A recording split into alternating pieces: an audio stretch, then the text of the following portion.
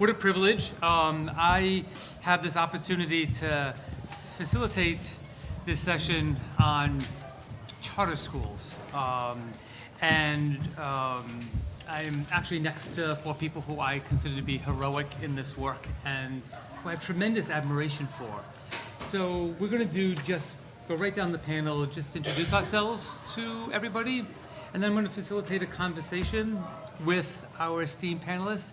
And then if we do this right, we would like as much engagement as possible, so we will leave a chunk of time for you all to engage with us. I am John Deasy.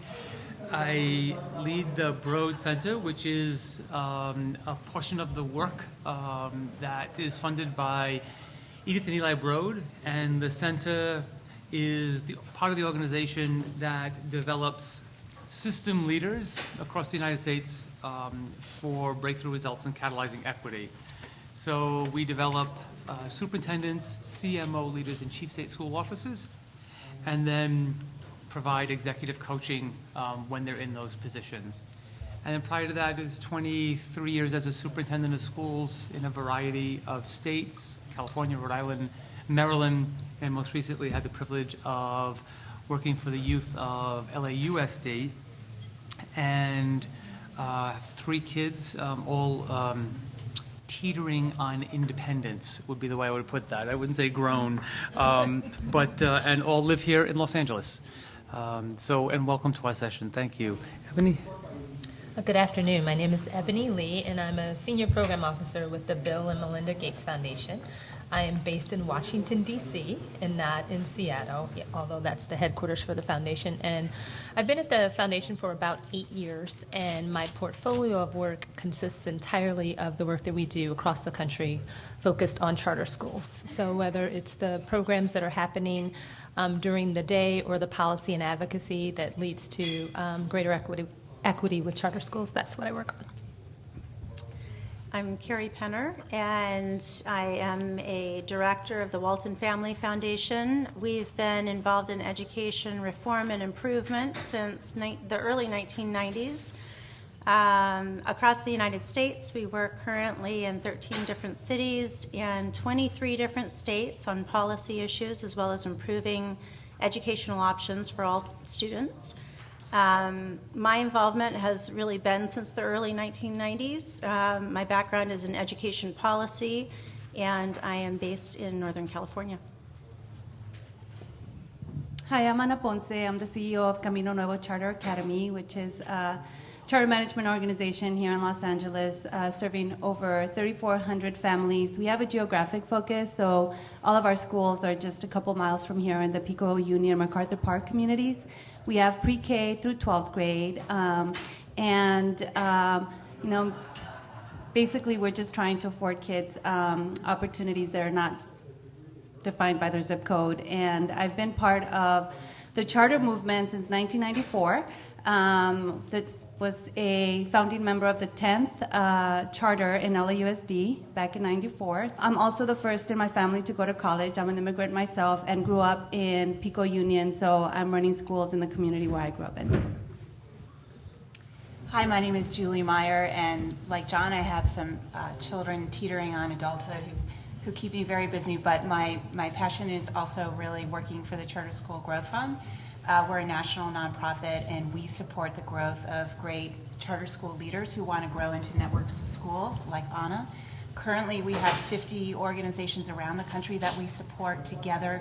They operate 600 schools that are growing student enrollment 20% a year, and there are 250,000 students in those schools. So I'm delighted to be here with you. Great, thank you all very much. I absolutely want to be public about my bias. You should visit Camino Nuevo if you want to see Anna and her team writing a new narrative for what's possible for youth in circumstances of poverty in Los Angeles. And very grateful to have been a colleague side by side, and I thank you for that. So I thought I would start with 3 general questions around this space and ask each of you to comment on that, and then a series of questions that we could start with individuals and then have people engage. And the idea would be hopefully a conversation, debate, violent agreement is fine also, whichever able to elicit the learning. We're 25 years into the charter movement in the United States. So in 1991 in Minnesota, we have our first charter law, and this brings us here. We actually happen to be having this conference in Los Angeles, which is the largest charter portfolio in the United States. And if you take time to read through the Credo study at Stanford, the highest performing charter portfolio in the US. So we're both proud of that. And I think the first question I would ask each of you is, so generally, what have we learned in the last 20 to 25 years about this work of charter schools? We've learned that we need to challenge the system, and that we also need to be open to learning from one another. I mean, just in terms of highlights, what I think we've learned is that incredible things can happen in communities that have been historically marginalized and assumed not to be able to produce students that are capable and competent, and I think that happens to be the narrative of Camino Nuevo, as well as a number of other charter organizations in Los Angeles and across the country. But I think we've also learned that this charter movement is not something that is going to necessarily be successful if it's imposed on communities, and I think that that's really an area where we've learned and grown a lot as a movement to really understand how we need to come in and work with communities and with the districts that are serving the kids in those communities right now. I do think that there's definitely some areas of growth, as well as some of the successes, and I'm sure we'll get into those later. It's really just still a new movement. 25 years is not long at all for kind of a whole new sector. And I think about it in terms of two general decades and themes in the last 20 years. So the first 1995 to 2005 was really about validation, that parents really like this thing called charter schools, where an autonomous school has the ability to have an innovative school model, and you see the growth of students from barely over 100,000 students in 95 to 1 million students 10 years later. So pretty dramatic liking of charter schools, and I think then the next 10 years, 2005 through today, has really been around quality. How do you really foster the growth of high-quality charter schools? And also along with that, the birth of this idea of a charter management organization, which is you have a leader of a great single school. It's great to continue, and we should support the growth of new leaders of new schools all over the country, but replicating the success of that single school into a network of schools is a pretty awesome opportunity. And so over the last 10 years, we've seen the idea of trying to replicate quality through networks of schools, and it's been a pretty dramatic driver of growth, such that today there are 3 million students in charter schools around the country. Carrie? So I would say we have a few lessons learned that have come out of our 5-year strategic planning process that we just completed last year. And we've been doing this for 25 years, so we've kind of seen this whole gamut. And our initial theory of change really was that if we provide great academic opportunities for students, parents will choose the high-quality ones. And that parent opportunity to choose among a variety will lead to greater quality, not only within the charter sector, but across the whole public education sector. And we came to the realization, and I would say, as Julie did, kind of as you look at these decades, and after the first decade, really choice is not enough. You also need to have the policy to back it up to be able to make sure that the authorizing is good. And so we turned as well to how do we make sure that there's good quality, and for those that are operating and not fulfilling their promise to students and to the families, that they close down and we find better options for those students. The research when I was in graduate school, and this all really started to take hold, all said that if you were in a low-income, really high-poverty area, you're not able to achieve at high levels. And so these last 25 years have been spectacular in disproving that and showing what can happen when you have access to good opportunities. So we've been excited to see both of those. And as we look ahead, the policy and advocacy, I would say, is our lesson learned most recently. And how do we continue to make sure that the policy field out there is really supportive of enabling great leaders like Anna to continue doing what she's doing, and new leaders who are also innovative, and regardless of whether they're in the charter sector or in traditional public schools, really enabling leaders and having policies that fulfill that, and the advocacy that needs to take place, and so that you have great legislators who are passing child-centric laws. So I echo a lot of what the fellow panelists have already identified as lessons learned. I wrote down kind of a few things that, from my perspective, really matter, and I feel like that's what we've learned. So we've absolutely learned that quality matters. I think when we first started this movement, it was let 1,000 flowers bloom, and we've learned that the charter sector must correct itself before regulation is imposed on it when folks don't live up to the promise that they have stated in their original charter contract. The other thing that matters is dollars. So funding matters. The other thing, we were just so excited to be a part of the system. We were these excited kids. We got to go to the party and we said, oh, we can do this for, X amount of dollars and actually make this thing work without having equitable funding. And I think we're finding out that it can be done, but it's really, really hard. And so it's better to have equitable funding. And then the third thing I would say that matters is space. Again, we were so happy to be at the table that we were like, oh, we'll just go and start a school in the basement of a church with no plumbing. Space matters. So I would say space, funding, and quality. We've learned that all of those things really do matter. Two things I might have suggested in the past 20 years that for me have been lessons. And one is knowledge and information. And so it is just simply not been enough to say that there's choice inside of a system, even if it's like the highest quality choice. The parents have to understand and know how to navigate that system so that they can access that choice. I mean, I think if I've learned anything as a leader in communities of stress, and that is information is an underground currency of the privilege, and that when everybody in a system has the same information about what is available to them and how to access that, that's a huge part of leveraging the playing field. And then the second thing I would learn is that there is a very complicated relationship between authorizer and operator. And I'm going to tease that piece out in a little bit around that. And I mean complicated in many ways, and every one of you spoke about pieces of that. Along with that, I think might be the obvious learning in that it is but one tool in the growth of a community towards high quality education for all. And it's not the only way, it's one way around that. So I'm going to return to the panelists for a second, and in your opinion, what have we yet to learn? What do we not know yet that really matters? If we do the same order, that might be helpful. Anna, what do we not know yet? I wouldn't say we don't know yet. I think we're fine-tuning how to, and kind of referring to the panel, how to get our government to work for our kids.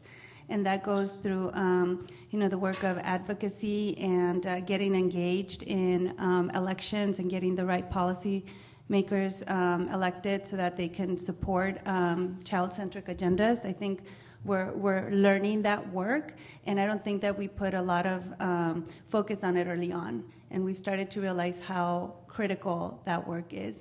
And I think one of the other things that we're learning is this whole place-based approach to effective schools, that it's not just about a building or about the graduation rate or about the first generation kids that you get into college, but it's about the whole child, because if we are about growing a different kind of citizen, a more engaged and involved citizen through our charter work, we're preparing them academically, but we're also tending to the other pieces that create positively contributing citizens. And I think we're evolving in that arena across the the movement. I love what you said about the whole child, and I think one of the biggest challenges is something we all know, which is our own children learn in very different ways. I have 2 children, and they could not be more different in how they learn, and I think that charter movement has done generally better in being able to be innovative and meet needs, but I think there's a long way to go,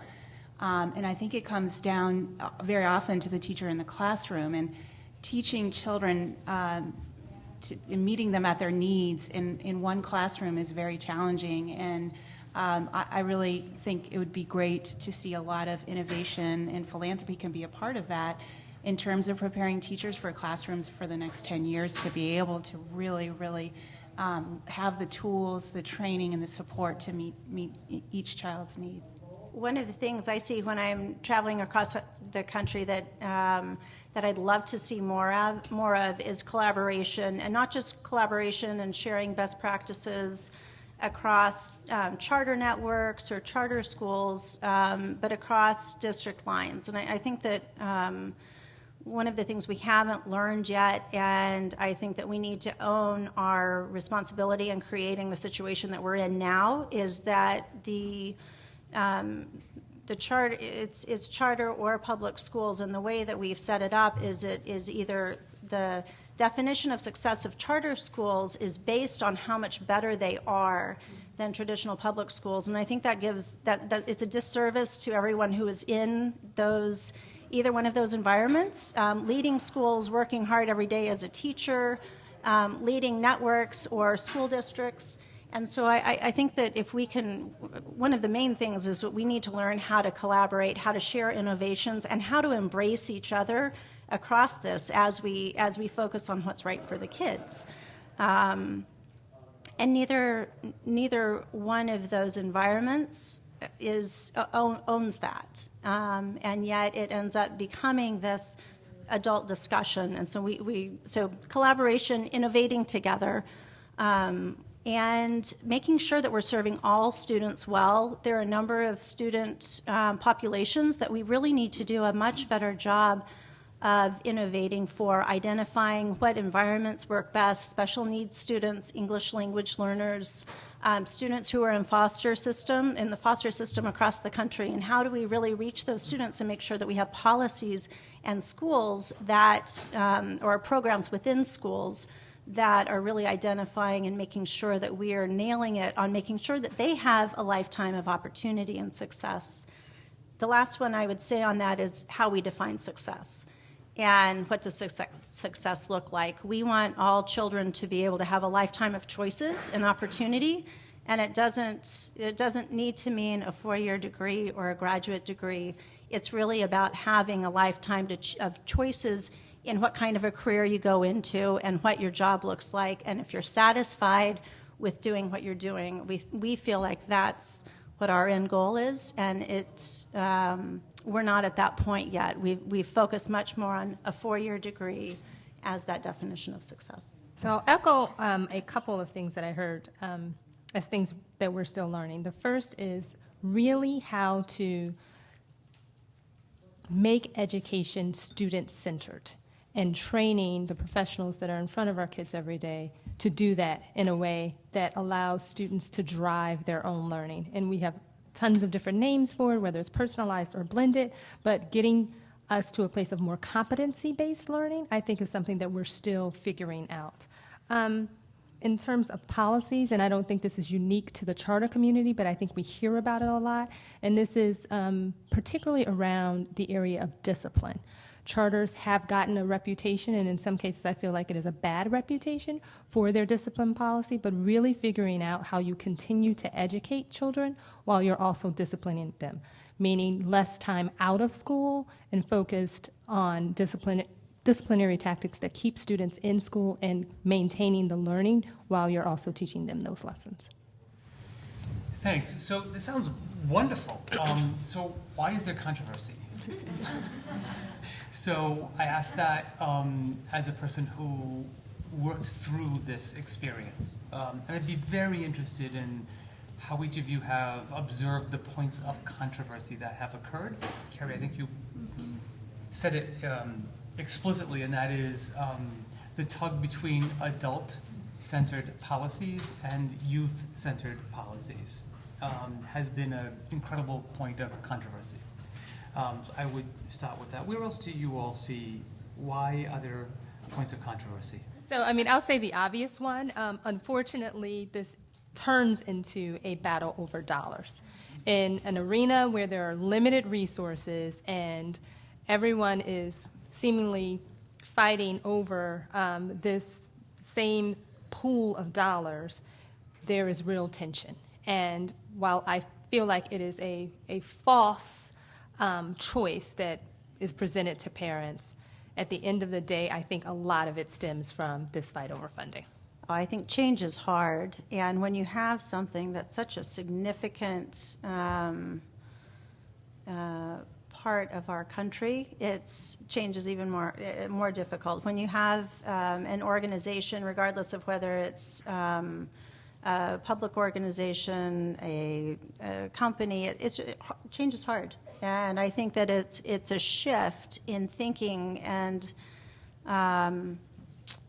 our conversation has become much more of an us versus them dialogue nationally, and I would like to say that we had stepped ahead of that before it got to the point that it is today to become so controversial. But there's a lot that we can do to improve that. But I think that change is difficult is a major point. Well, I agree with the dollars, and change is difficult. I mean, the other thing I think is also the union issue.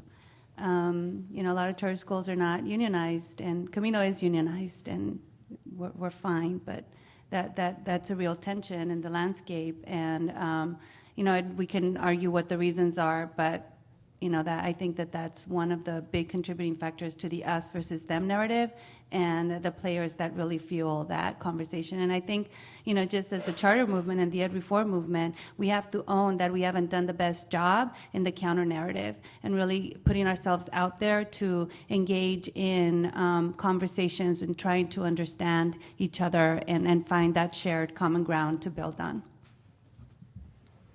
Yeah, I think I'll add one other point around identity, which is, if you're sending your children to a school and it's not deemed to be high quality, that speaks to you as a parent. And I think sometimes we lose sight of that in terms of trying to transform cities and, all the language we use, and not as sensitive to the fact that communities are impacted by the place where they send their school changing. And I think that's very real, and we can all identify with that. And if we could step into that a little bit more, I think it'd be really helpful for the dialogue.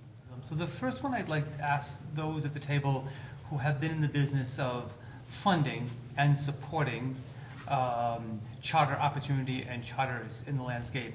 And then I'd like the folks at the table who are operators to answer this question. So this is an incredibly complex relationship between authorizer and operator. It just is that way.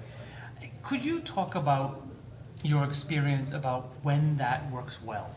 We focus quite a bit on authorizers and making sure that we have high-quality authorizers. And I'm not sure how many people in the room are really familiar with the network. Usually you have authorizers who are the school districts approving charter schools with whom they are in direct competition for the dollars and for the students. And so it becomes a very a difficult relationship. What we were surprised to see is that even if you have poor performing charter schools, it's very hard to close them down. And so we found that having strong policies at the state level that mandate closure under certain categories are very helpful for authorizers to then fulfill their role and responsibility of closing down. And then also having California Charter School Association has spent a lot of time on this and really making high quality a huge benchmark in what they feel is important. They've called for closure at the state level of a number of charter schools over time, many of which have not been closed down when they come back up for renewal. And that's because it gets into this adult dynamic at the neighborhood level, and it's difficult for the authorizers to fulfill that. So if you have very clear policy on what the measurements of quality are and when it's mandated that they close it down, I think that gives them a backstop to be able to follow through on that promise to kids. Carrie, do you have an opinion about whether next generation of authorizers should or shouldn't be entities that end up, quote, in the direct competition for the same youth? So in other words, in the traditional space, should authorizing be removed from school boards? Yes, absolutely. Yeah, it's not. It's obviously it's not in their best interest, and it creates a conflict of interest from the beginning. University authorizers, as well as state board authorizers or state organizational authorizers, we feel is a much better policy option. We're not a policy shop at the Charter School Growth Fund. We're really focused on operators, and we have partnered with some organizations around the idea of just, there are some really just silly rules and regulations that get in the way of growth, and you're laughing because you can give us 10 examples, and I think that's really hard work, working through changing some of those policies and laws. And so, I mean, one thing we like, for example, in Texas is you can apply for a charter as a high quality operator and open multiple schools underneath one charter. And that makes a lot of sense. And having the accountability to not allow you to do that and see how you're performing is really important. But to me, that's the kind of thoughtful approach that I think we need more of. So I agree with both Carrie and Julie, particularly around having independent authorizers and being very clear from the onset what the rules are. I think 20 years in, we've discovered that some of the charters that were originally given out were not clear, did not spell out up front what the accountability metrics would be, what the determination for closure would be. But if you have in state policy automatic closure after X amount of years, or automatic renewal if you are proven high performer, those are things that allow the charter industry to both flourish and grow, but also to weed out the bad actors. And I believe that this whole governance of charters being independent really matters, because if you are a member of both, it's kind of like trying to divide your child, and I don't think anyone wins in that situation. So to be able to establish some independence or a bit of a firewall just helps everyone. So there seems to me to be both clear, strong, and in some cases extreme consequence for misstep or lack of quality or you can name anything else on operators, charter operators. And I've yet to see the same kind of rigor of consequence for authorizers. And I'm wondering if you might comment on that. Is it possible to have a structure like that? So where does that eventually end at in terms of that? So the failure to close low performing, I'll just use two examples. Failure to oversee audit, or the repeated awarding of historically underperforming, or failure to authorize historic high performing. Those might be four examples for which there doesn't seem to be consequence there, but very heavy consequence for the operator. I don't know if any of you would want to comment on that. Have we learned something about that? Is there a way forward on that one? It's a tough one. So my perspective on authorizers, it's an invisible piece of the charter sector, and schools are supporting students and children, and that is much more compelling on the front page of a newspaper. And it gets people a lot more upset because it's a failure of adults to students. The authorizer failure, I would say, is also a failure of adults to students, and yet it's not as direct, and I think it's a little bit more of an invisible piece of that most people aren't aware of or familiar with how that works. And so I think that it's escaped scrutiny because of that. How do we get some daylight on this particular issue? Is it better scrutiny? Is it better transparency, which is what I'm hearing you say, which is Right. definitely a need? So we're excited about, Washington DC has a nice authorizing structure because you don't have that relationship. In Washington DC, it's an independent authorizer. They work with charter schools and they monitor them actually 2 and 3 years before they come back up for a renewal, their 5-year renewal. And so they green, yellow, and red light schools on how they're doing financially, fiscally, as well as do they have good strong board development, and are they doing what they need to do for students, and are they delivering a great education? And based on their 3-year review, they determine how are we going to handle these students. So I would say that's a great example. They also help place and train school board leaders into the charter schools across the district. And they have better funding. They have very strong and more equitable funding than anywhere else in the country. And so I would say that that's a great example of what it could look like. It doesn't speak to your question on consequences if they're not performing, but I think it's independent, and then it's also very integrated and organized, and they are partners with the schools. So I'm hearing, Carrie, I know a little bit about DC, and I'm thinking about our oversight reviews. And in theory, yes. And in theory, that's what we have in Los Angeles. But in practice, it's not. And it goes back to, it goes back to who the electeds are.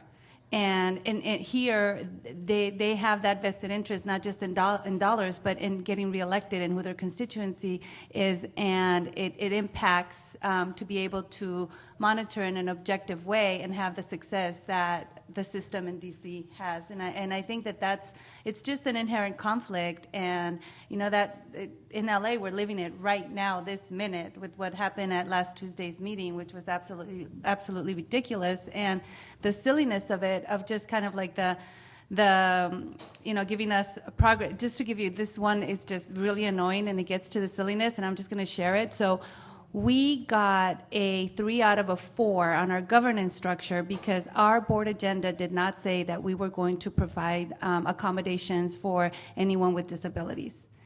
We weren't asked to put that.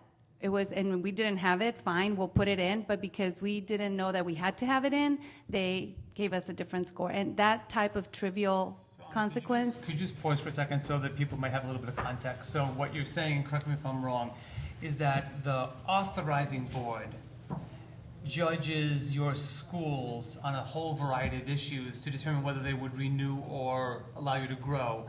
And one segment of that was whether you had something printed on your own board agenda. Mm-hmm. Okay. When it works well, going back to the electeds, that's key. But when you don't have that scenario, I think that the burden does become on the operator. And at least what we have found in our experience is that relationships really matter. Relationships with a number of different constituents throughout the authorizer scheme. So district staff, board member staff, and finding your way in there in different ways. And the other thing that helps is community support, and I'm not just talking about the parents that are going to want to save their school regardless of the academic performance, but relationships with civic organizations that do a lot of work in the communities where we are, and leveraging those partnerships to make this relationship work. So actually, I want to chime in on the first question that you asked, and I believe one of the ways to kind of make this work better between authorizers and charters is through training, and that's something that philanthropy can actually help with, right? Unfortunately, because of the lack of funding to a lot of charter offices and to the authorizers, individuals who are placed in the position of judging or reviewing charter schools often don't have a history or a real background or technical expertise in what they're looking for. And so there are organizations out there that can be of assistance, but many times authorizers don't have access to them. And so that is a critical role that philanthropy can play in terms of assisting with training. And the other thing to just be... Pause for a second. Would you support a law that indicated that before an elected body could have the right to authorize, it would have to be trained? In theory, yes. Yes, I would. But the other thing that I was going to say, and it seems really practical and somewhat trite, but Anna's right. Whether the school is a charter or a traditional public school, we've found that closing schools is really, really hard to do. It helps when you have kind of a policy in place that gives you the mandate to be able to do it. But at the end of the day, you also need individuals, whether they're elected, whether they're appointed, whether they are independent, or whether they are dependent on someone else, to have courage. And whether those reasons are financial or academic, at the end of the day, we need folks that are in these positions making decisions to actually have courage to do the right things for kids and not adults. And too often, the folks that are in these positions don't have that courage. The second one, and Anna, I'm going to actually put you on the spot and ask you to lead this one and then go to the other side. The complex relationship between donor/investor and operator when they're not your authorizer. So philanthropy, high wealth individuals support charter sector a tremendous amount. In many ways, some of it never would happen, and would even be able to grow buildings. And so how do you balance that relationship with the relationship that's necessary to keep you open by law, but allow you to be open by fiscal? You're probably asking the right person on that front, because we, like other charter organizations, we've been funded by Walton and by a number of other individuals that always come up. But I think the work that we're doing at Camino Nuevo, and the connection that we have to the communities, the relationships that we have, kind of speak to what we're doing with the communities and the kids that we're serving, that really kind of take the attention away from what those relationships might be that got us off the ground and that keep us going, because what we're producing is good results in the context of the community. And I don't know, Camino sort of straddles that pretty well, and I think it really has been a lot about the relationships that we forged, and just to kind of just say that sometimes we have charter organizations that really don't care about the community opinion and about the opinion maker's position on whether they should open a school here or not. And I do think that we need to be aware of that, and we need to kind of break down those barriers, because in the long run, they're going to hurt us. And we are at, 14% in LAUSD right now, and so now we're a real threat, and we need to be mindful of how opinion makers perceive us and whether they're going to have the courage to stand up for us or not. And how do we as operators and leaders in this movement move forward, because we need both. Being on the funding side of things, I think we walk into this very clinical with a list of metrics that we'd like our partners in the charter space to meet, and sometimes we aren't as sensitive as we should be to the conditions on the ground. But what I've found is that the best relationships are those that are honest, and so often times, because we come with this set of metrics, folks think that they need to hit all of them and hit them out of the park. But on the funder side of things, we appreciate when you give us the heads up that things aren't going the way that you articulated in your 10-point plan, that you've had to make some adjustments, and hey, we may not meet this particular metric, or the metric needs to change. It's actually not something that we think really measures student achievement or the success of our program. And being able to have those open and honest conversations while the investment is going on, before it comes up for renewal, I think leads to a longer and more trusting relationship. The honest relationship I think is critical, and the updating as well.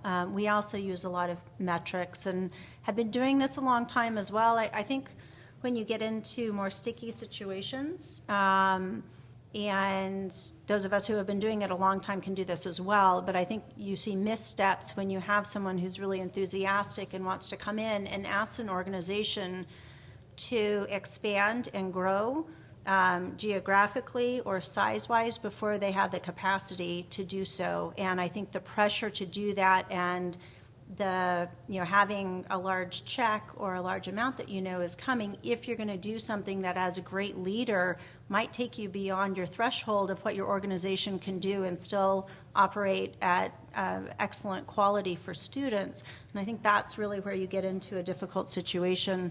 Having honest dialogue and conversation, I think, is critical. But we've seen that happen. It's something that we try to invest quite a bit with leaders in capacity building and making sure that that's not happening in the way that we operate. And asking not just to grow faster than an organization might be ready to, but also the geographic diversity and moving into different areas can be something that funders are encouraging, and organizations might try before they're really ready to do so. It's really about, we call them entrepreneurs. Anna is an entrepreneur, and so are people who dare to build many more charter schools in a tough environment. And I think understanding leadership and how to evaluate leadership, we've gone to doing intense interviews with the senior leaders of our organizations, and 2 to 3 hour interviews, which are uncomfortable, and many of you have been through it. But I think what we learned is we can have long lists and many pages of metrics and things we want to look at, but leadership really matters, and investing the time and rigor and understanding who you're investing in when you're making large philanthropic gifts is absolutely critical. If you feel good about what you've done and who you're supporting, then I think you have a lot more flexibility to understand and work with these leaders, because they're going to have bumps in the road. And I think, putting that, I guess that would be my wish, is that we all could be more leader focused rather than maybe program focused. I just want to put out there the notion that a lot of the people that get funded are usually not people of color, and that there needs to be some sensitivities around that. And sometimes people of color don't have the same toolkit to present in a way that the rubric is developed. And I just ask you to be mindful of that, as if this is an area of interest, that there's a lot of people of color with huge potential that just don't show up the way that we are expecting the candidate to show up. So actually, you took the very next question and began that. So let's do that. And that is, how are we deliberately building the sector's leadership to reflect the population of youth that we're serving? So fundamentally, on balance, it's a white predominant sector, and that's not the youth that we're serving. So thoughts on what you know about that, what you might personally be doing about that, what we need to do about that. Anna, do you want to continue on your comment? No one can do my comment. Well, I can tell you that there's probably less than 10 Latino charter leaders in LA. So that should be shocking enough. I think 83% student population. Yeah. So I see some efforts being made, and there's a lot of diversity efforts. And what it really, I think, comes down to is not just having these programs in place, but really, really searching into what do networks look like and how do they provide access. And there's an organization that I'm a part of that had a very low Latino representation, and it wasn't until Latinos were pulled together to tap into that network that it got diversified. But if we continue to disseminate information to the same networks and support that the social capital that's already in place, we're not going to be able to break through. And the reality is, and I'll just put in my personal pitch here, is that a lot of Latinos don't support the charter movement. And, there's a lot that are, and a lot of the parents, but when you really start looking at the political implications and the access that Latinos have had into the charter leadership network, there are some challenges that we need to work around, and that's just the reality. And those are conversations that happen, probably not with some of you in the room, but definitely with a lot of people that look more like me in the room. And they're happening nationally. So I think it's definitely incumbent upon philanthropy to begin to move outside of the comfort zone of kind of our traditional partners. We definitely haven't been as aggressive in tapping into networks that are led by or have their main membership with people of color. That being said, I think there are a number of conversations and investments that are now being made, late to the game for sure, to do that. So developing talent and leadership pipelines that include or require leaders of color. as well as tapping into the traditional organizations or the community organizations that, again, don't necessarily show up in the rooms of philanthropic organizations, but are active in the communities that we want to serve, finding leaders and folks from those communities to actually step up and become leaders in the community. So I feel like it's really the onus is on us, the philanthropic field, to go out and find these folks, because we've just kind of sat back and let the usual suspects come to us. But if we really want to change this movement, we've got to be much more proactive. Yeah, I agree with that. And we've been really fortunate. Both Bill and Melinda Gates Foundation and the Walton Family Foundation have supported a new fund that we launched called Emerging CMO Chartered Leaders Fund. It's been wildly successful. We have 10 people that we're supporting now who are just growing from one school to the next school. Mm-hmm. So I think what we adjusted is saying, scale is great, and it's great to have, groups that are growing 2-3 schools at a time, but what about the leader who wants to grow one school? And as philanthropists interested in scale, that's not so sexy sometimes, but really critical in terms of encouraging people to take a tremendous amount of risk for them and really understanding how important that next round of investment or philanthropy is. I think the other thing is looking in a mirror, and I think our organization is spending a lot of time talking about diversity, inclusion, and equity, and what does it mean to us? And I think many of you are probably doing that at your organizations as well, and that's been really helpful in understanding this issue. Over the last year, we've spent some time in the cities where we work bringing together local leaders who really haven't been a part of the charter school conversation and the education reform conversation. Our conversations actually kicked off in New Orleans, and it was just a remarkable, very long conversation. We didn't have any education reform leaders in the room from New Orleans. We had elected officials, we had business and church leaders, and a few African American school leaders as well. And it was a very frank and open conversation, and we've done this in other cities as well. It was only the Family Foundation representatives who were there, as well as these local leaders, and it was a striking conversation. It was so different than what we've ever had before, and I think that these are conversations we need to be having more frequently and more often across the country and in a lot of different dynamic settings. But having people at the table, having these conversations in a way, and the way that we frame it is, we're not from New Orleans. We care a lot about the kids. We care a lot about the education in the communities.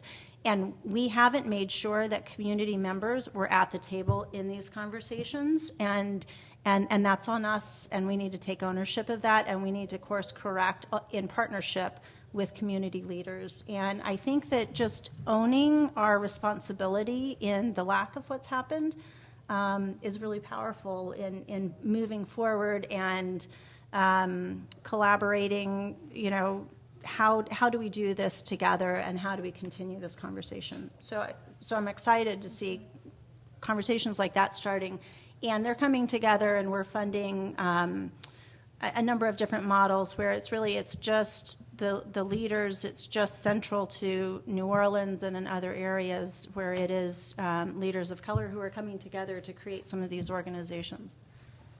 Thank you. So if we're going to be true to the fact that in 5 minutes we're going to then flip and engage with the audience, I had about 6 other questions, so we're going to get to do 2 of those. So I'm going to try to do the 2 most provocative so that we can use our time well.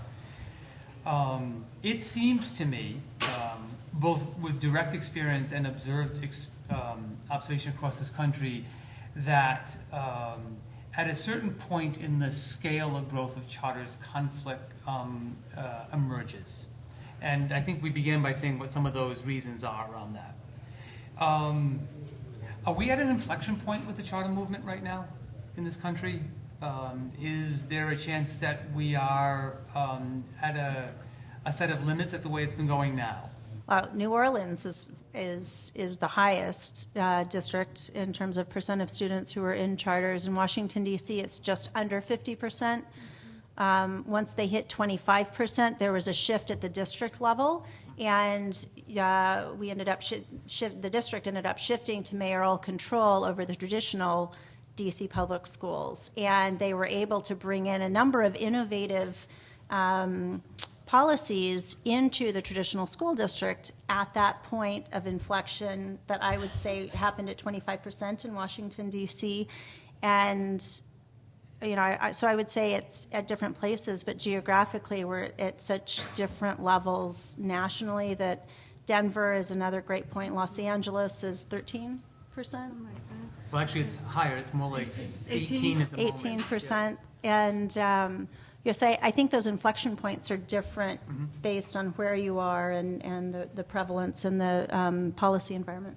The exception of New Orleans and Washington, D.C., I think we've got a long way to go, personally.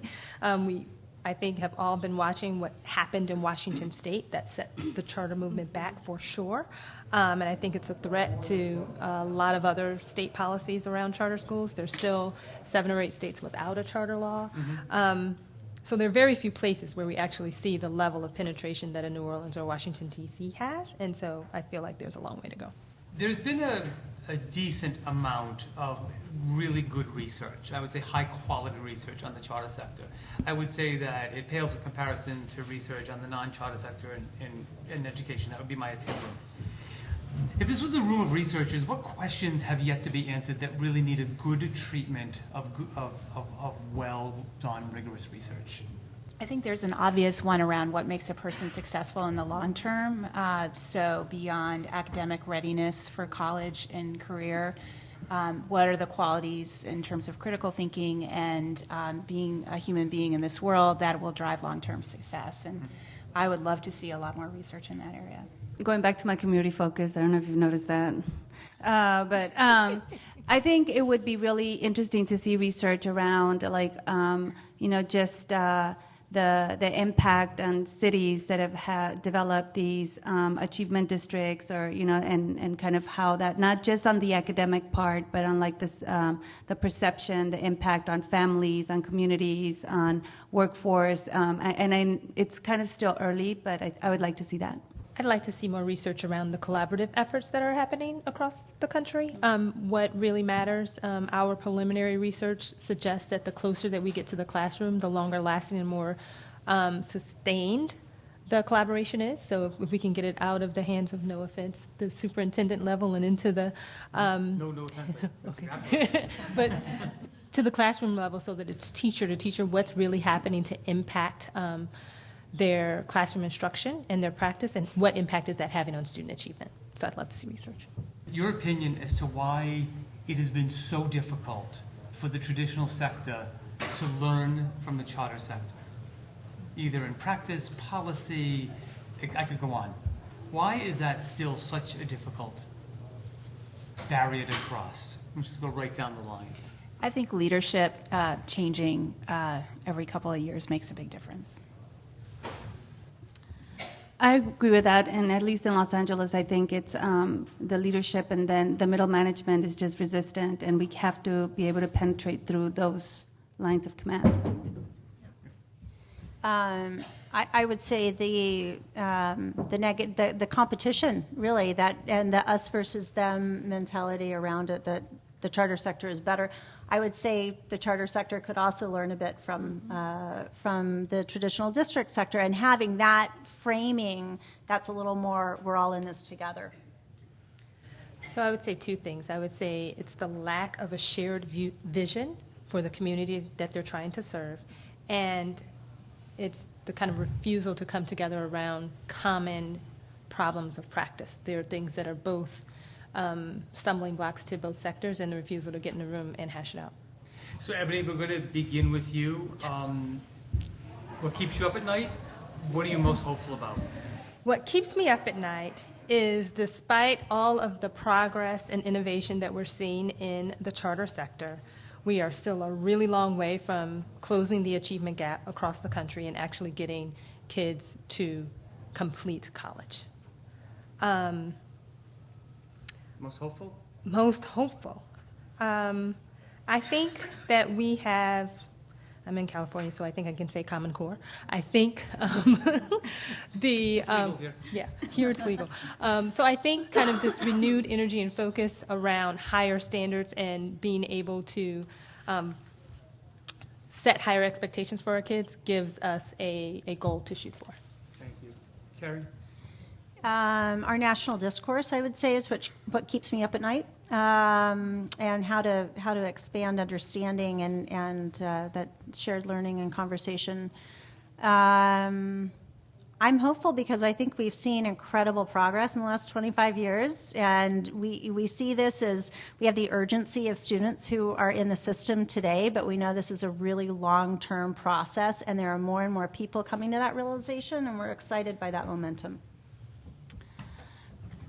So I just participated on a Common Core training, and what keeps me up at night right now is how we're going to achieve parity for English language learners, particularly since we don't have universal preschool for everyone, and the academic language requirements are so they are what they should be, but our English language learners are going to have to be taught differently, and it keeps me up at night that the awareness that we have is not the universal awareness that is out there on how we need to change our practice to make sure that our English language learners continue to be competitive with this new framework. I believe in it, so I'm not saying that that's not good, but that is keeping me up at night right now.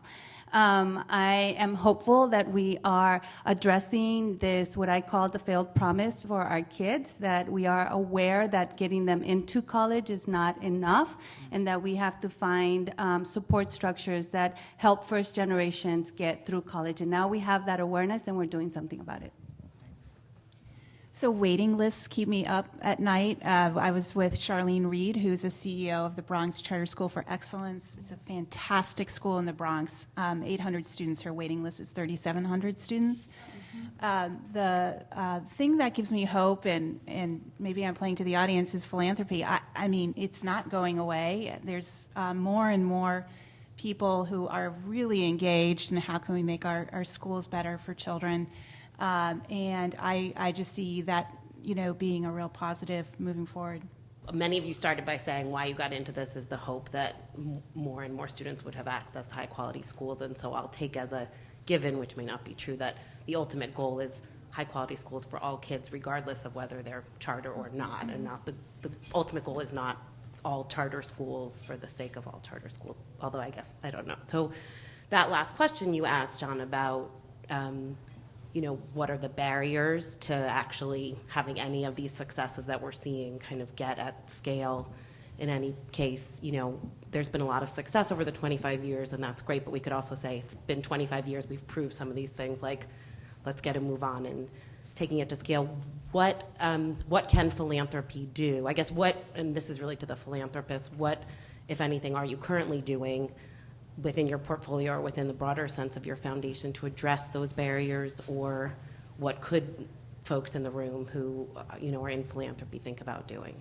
The number one kind of headache for charters across the country, probably with the exception of New Orleans and DC, is facilities. Mm-hmm. And so what can philanthropic dollars do to leverage the bond market to make facilities more affordable to charter so that we can get some of these kids off the waiting list?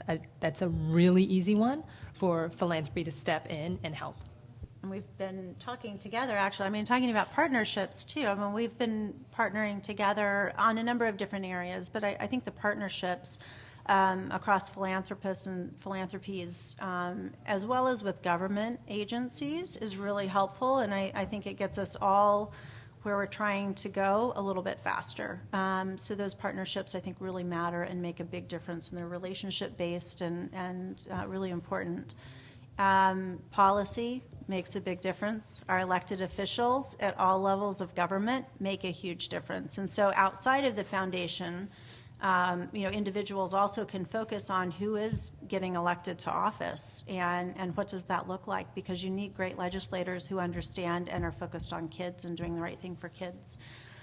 Whether it's at the school board level or our state legislators. And our governor in California, our governor has been a great backstop for really bad anti-charter legislation that has made it all the way through both houses. To his desk. and to his desk, and he has to veto it. So we've had a good backstop on anti-charter legislation, but that makes a big difference. And so, from a philanthropic perspective, we can help with educating what the real situation is in education and for our students, especially those who are growing up in underserved communities. But outside of the philanthropic area, there's a lot that can be done by individuals as well. So I think we've watched, let's just say, 20 years of ed reform, and we've watched nothing about governance reform. And I think that it is a place of intense need. And I think philanthropy can play a catalytic role in that.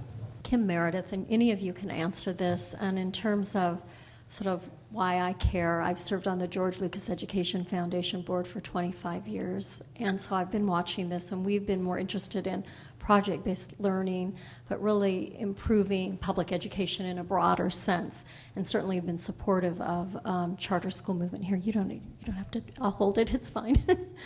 So one, two. Currently at Stanford, and so, watching the research and the work and the commitment, I think, within the School of Education to think about charter schools, and Carrie, certainly you've been a leader in some of that space. But sort of the third lens that I bring in is that my mother was a school board member and elected official and president of a school board with 35,000 students in a neighborhood in rural California with about 35,000 students. Most of them, 80, 90% of them on school breakfast, school lunch, all of the things like that. And her frustration, so it makes for interesting dinner conversation because I come in sort of with this, willingness to listen, let's innovate, let's have pilots, let's share learning. And, her perspective that, gosh, by the time the state budget reaches us, 99% of our dollars are pre-allocated. We really don't have a lot of flexibility. And then you have people wanting to organize these charter schools where we can't have the oversight as the board, the standards aren't as high, the issues of the union, and it went on and on and on, and I've heard it for many years now because she was for 12 years in that role.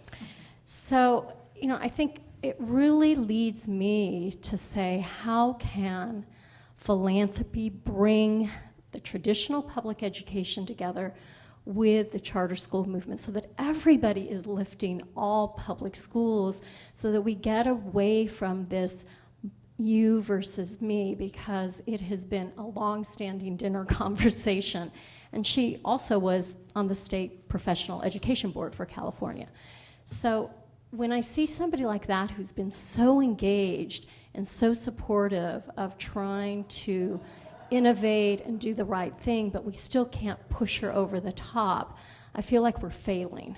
And so how do we do a better job at our messaging, and how do we do a better job at bringing these groups together so they don't feel like the 99% of the funds that they already have to spend are going to something that is pulling away from what they're obligated to do. So pushing a little bit more on that and asking that you really think about that. You need a coalition of the willing, so you need some brave folks to step up, particularly at the leadership level, to decide to try this. The other thing, and something I mentioned in my comments earlier, is that you need a shared vision for what it is that you're trying to accomplish. And when you have a superintendent and a CEO leader or a charter leader come together around the fact that these are all of our kids, you see the needle start to move. And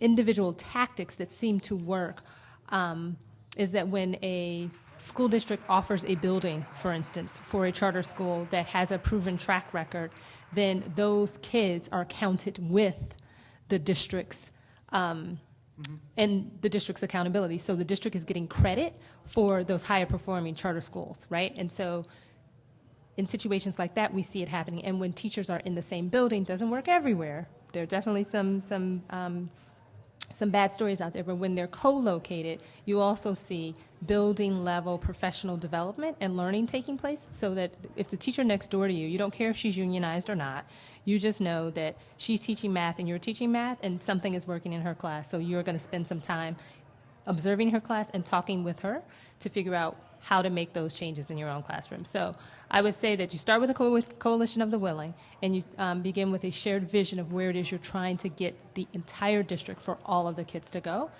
And we've seen progress happen. And specific examples, you might want to check out Denver and what they're doing, and also Spring Branch, which is Spring Branch, Texas, which is right outside of Houston.